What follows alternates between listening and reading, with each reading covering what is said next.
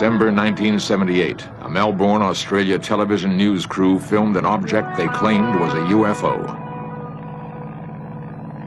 That film gave chilling credibility to an earlier report of an Australian pilot who disappeared after he radioed that he was being strafed by a UFO. Delta Sierra Juliet, affirmative. It's not an aircraft, it's... Are there UFOs in the skies over Australia and New Zealand?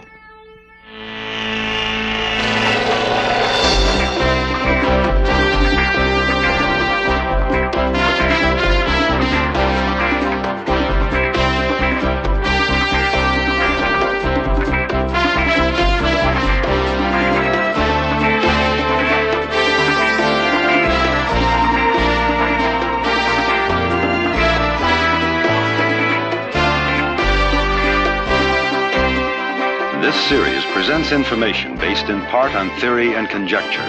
The producer's purpose is to suggest some possible explanations, but not necessarily the only ones, to the mysteries we will examine.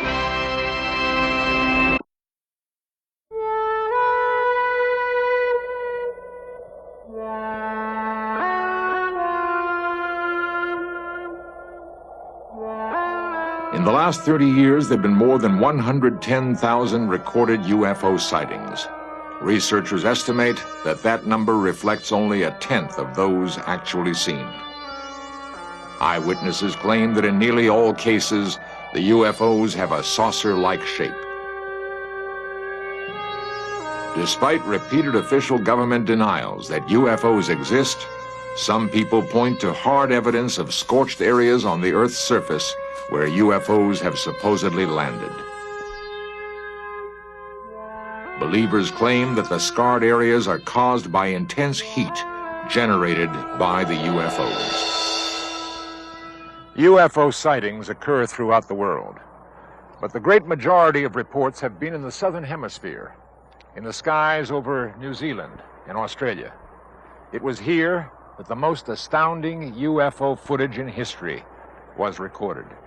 On December 21st, 1978, radar bowls near Wellington, New Zealand picked up what air traffic controllers called an unexplained blip.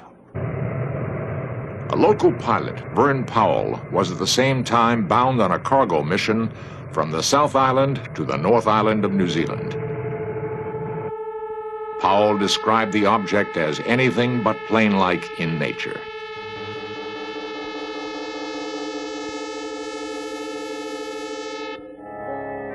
What was it that Captain Powell, a 35-year flying veteran, saw in that December night sky?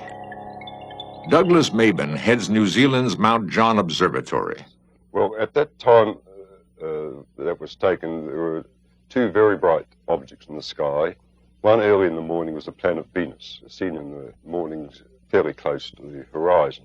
And during the night, from a little bit before midnight through to morning, the planet Jupiter was up in the sky, and it was very bright, though not as bright as Venus.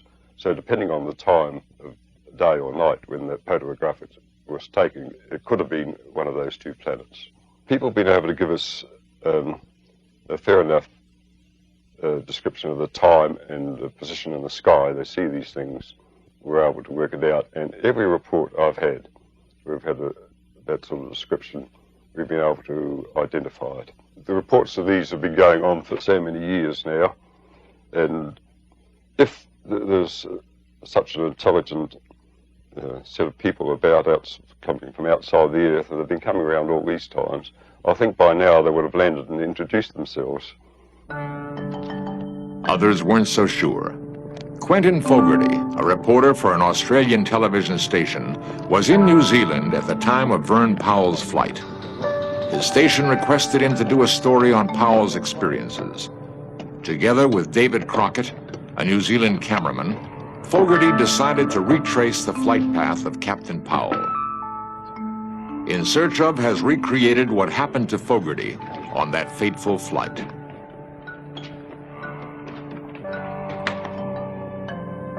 Fogarty planned to make the 400-mile round trip between Wellington and Christchurch in a massive Argosy aircraft, which was already scheduled for a freight run.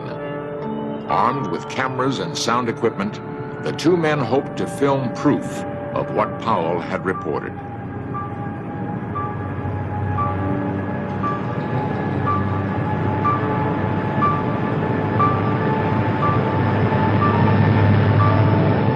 Fogarty realized that the chances of seeing what Powell saw 10 days earlier were remote, but he still had strange feelings about the flight.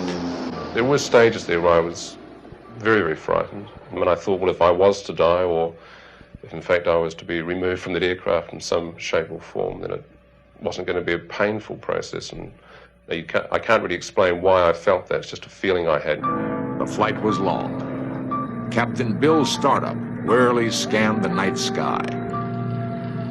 Fogarty and cameraman Crockett waited in the hold. Testing, 1, 2, 3. Just checking the intercom.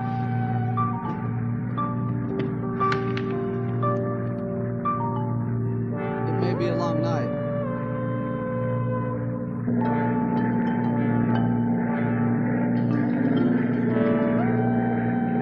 Suddenly, Captain Startup spotted the object and called to Fogarty. Quick, off to starboard. The object seemed to be hovering around the aircraft. Do you see it?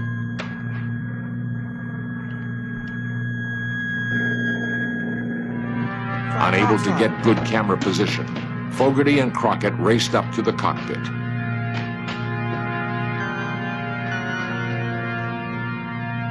This is the film they shot. And by the time David and myself got onto the flight deck, I could see two bright lights, and in retrospect it now appears that this object was quite low, and in fact was reflecting on the water. We just kept looking at this one bright object that looked like a very bright star outside our starboard window.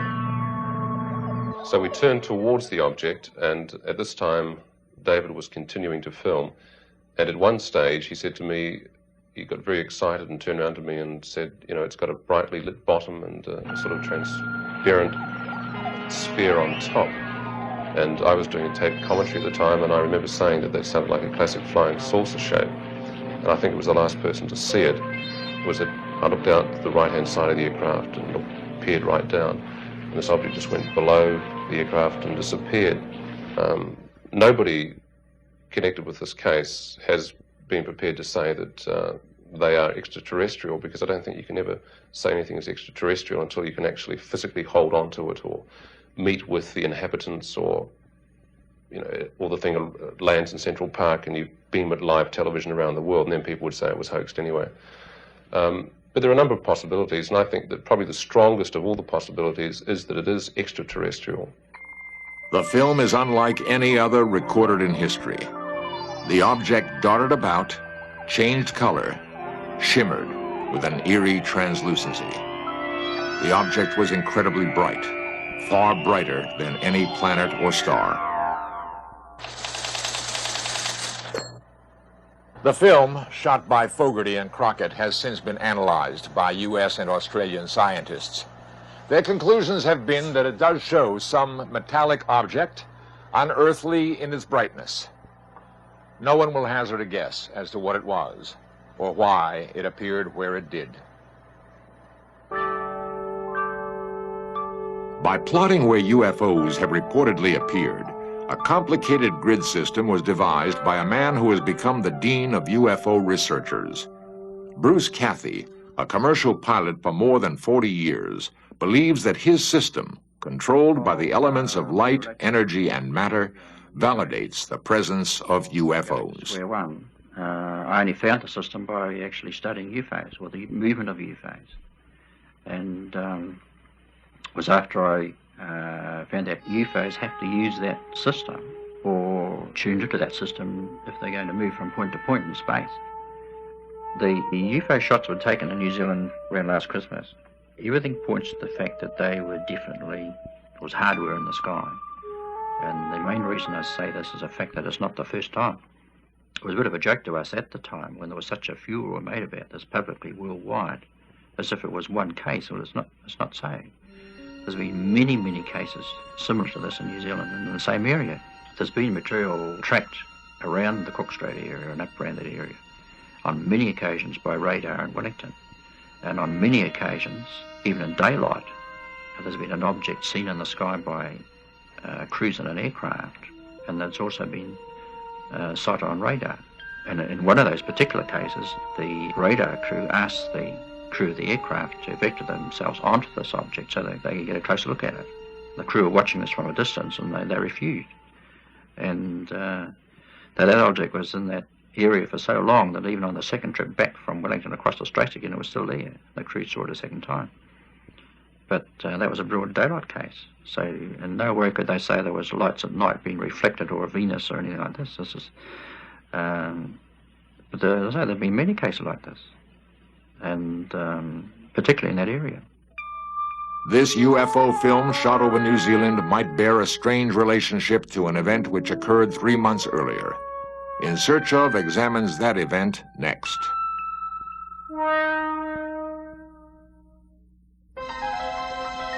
October 21st, 1978. 20-year-old Frederick Valentic took off to fly 120 miles from Melbourne, Australia, across the Bass Strait to King Island. Valentic was scheduled to pick up some fish for a small market that employed him. Despite his youth, he was experienced enough to be a flight instructor, and Frederick Valentic had flown this route many times before.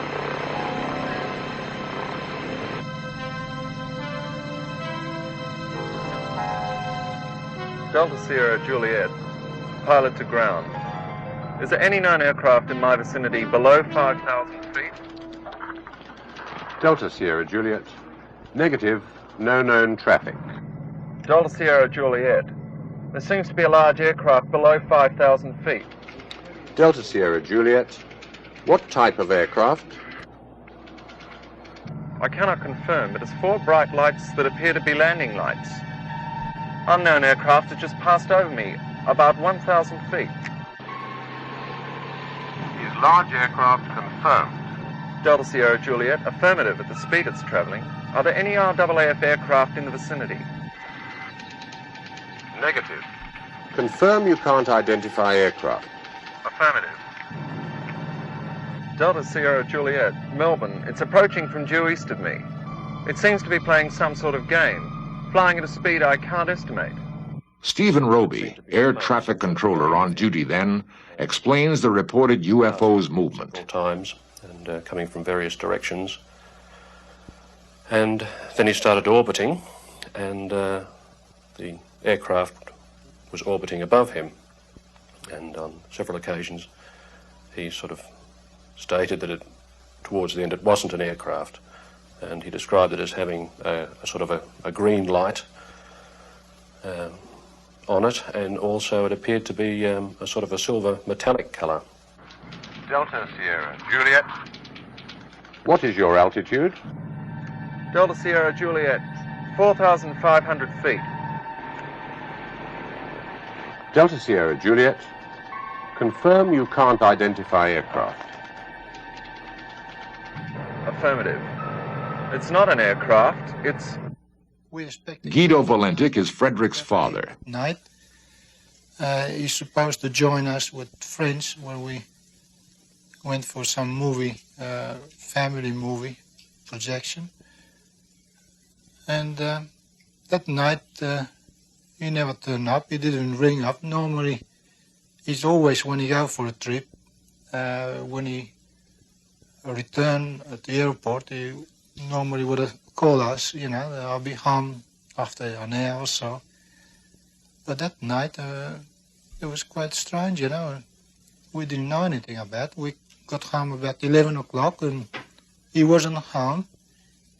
My wife then started to worry about it. And so, you know, I said, oh, this is too late to start inquiry. Can you describe it? Delta Sierra Juliet. It's flying past. It has a long shape. Cannot identify more than that. Coming for me right now. And he described it as being of a long shape, and as I said before, a silver colour with the various lights on it. And he actually did say it wasn't an aircraft. So it's very strange. It appears to be stationary. I'm orbiting. The thing, it's orbiting on top of me. It has a green light and a sort of metallic light on the outside. seems to have vanished now. Confirm it has vanished. Affirmative. Do you know what sort of aircraft I've got? Is it military? No military traffic in this area. It was 8 o'clock, 8:30 in the morning. Nothing still happening, and couldn't see any sign of him, and I was just about to get up and maybe get on the phone, where all of a sudden a couple of uniformed blue slack-legged walk in the front door, and at that time we realized immediately that something was wrong. Delta Sierra Juliet, engine is rough idling and coughing. Delta Sierra Juliet, what are your intentions? Proceeding King Island.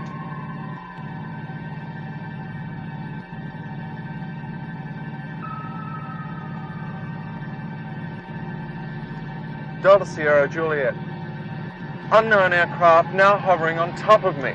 Finally, we lost contact with him in a very strange way. The communications he was putting out seemed to break. People describe it as a sort of a metallic sound, the last transmission that was sent from Delta Sierra Juliet. Delta Sierra Juliet. Acknowledge. Do you read me?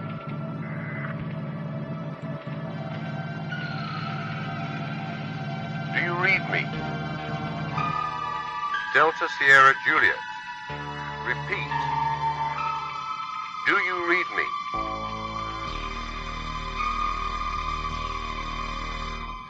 Despite an extensive 4-day search, which included using a sophisticated Orion aircraft capable of detecting any sort of debris at great ocean depths, not a single scrap of wreckage was ever found. No hard evidence ever turned up that would explain the disappearance of Frederick Valentik. But theories abound. Some say that Valentik became disoriented and saw this lighthouse. A second theory is that he saw lights of fishing vessels and then, becoming disoriented, spiraled his plane into the ocean. Guido Valentik, Frederick's father, believes otherwise. Well, after Frederick reported this UFO incident, I inclined to think that it could be some intelligent life in the outer space, despite all the officials are trying to suppress this. Really makes me very confused, because knowing Frederick what he radiated and knowing my son wouldn't make himself so ridiculous in stating things like that. So I'm inclined to believe that really must be something in the space that the general population may not aware to be.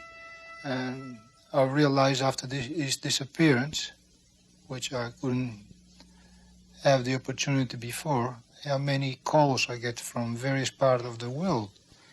And they really encouraged me to believe that he could be still alive, maybe with another intelligence in the space.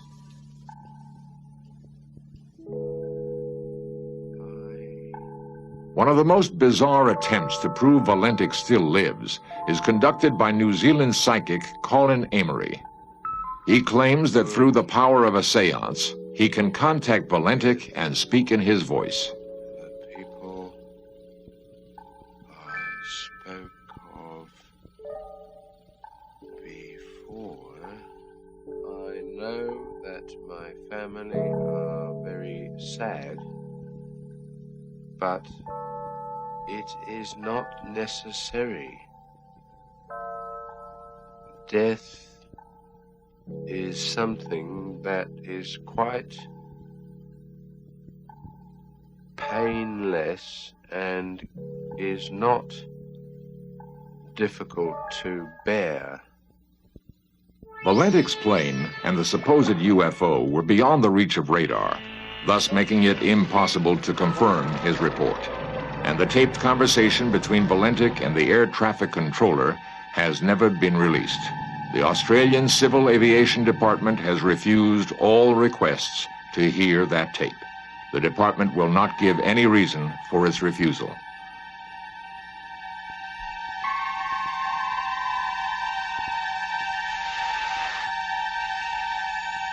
Delta Sierra Juliet. Acknowledge.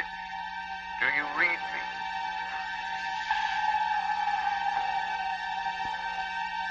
Repeat. Do you read me? There have been hundreds of planes that have disappeared without a trace. Valendic's disappearance is the single documented case where a plane has vanished after claiming contact with a UFO.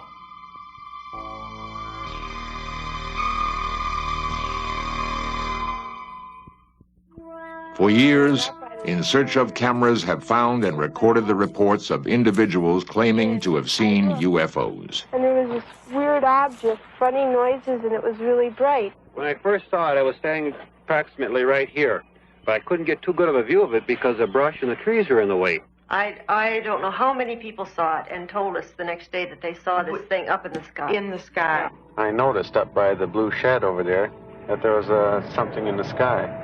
It was definitely right there. On the night of November 2nd, 1975, I was sitting here doing my homework, and I looked out the window, and right above the blue building, I saw a UFO come down out of the sky. All of these first-hand accounts, together with the strange occurrences in the southern hemisphere, only makes one wonder what really does exist in outer space.